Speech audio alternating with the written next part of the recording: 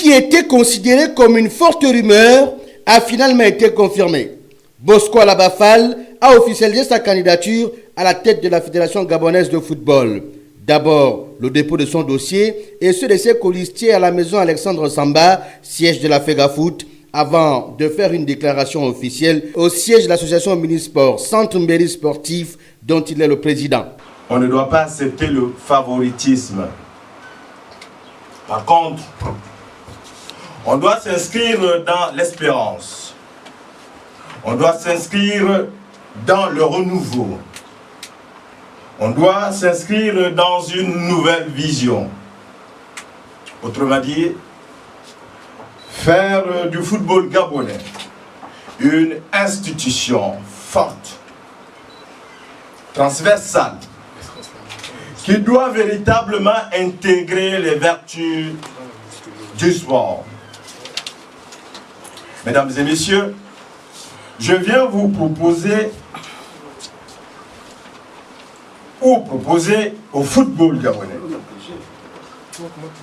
une nouvelle vision du football construite autour des standards nationaux et internationaux. Jeudi 1er mars 2018, vous annoncez de manière solennelle et au nom de l'équipe de campagne qui m'accompagne, ma candidature au poste de président du comité exécutif de la Fédération gabonaise de football.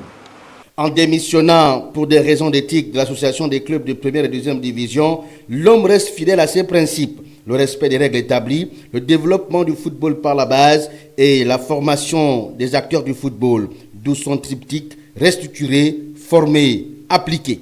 Lorsqu'on aime son pays, lorsqu'on aime le sport, lorsqu'on aime le football, lorsqu'on respecte les Gabonais, lorsqu'on respecte les standards nationaux et internationaux,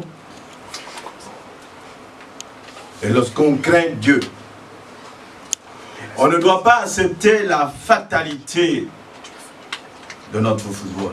Après 12 ans d'exercice, ce jour, prenez acte de ma démission pour des raisons d'éthique. Le congrès extraordinaire du 10 mars prochain, jugé illégal par Alaba-Fall et plusieurs autres acteurs du football, serait le premier acte de ce processus électoral qui compte désormais 4 candidats officiellement dévoilés, à savoir Jérôme Fongzolo, Mamadou Oumar, François Mbiné et Bosco Alaba-Fall.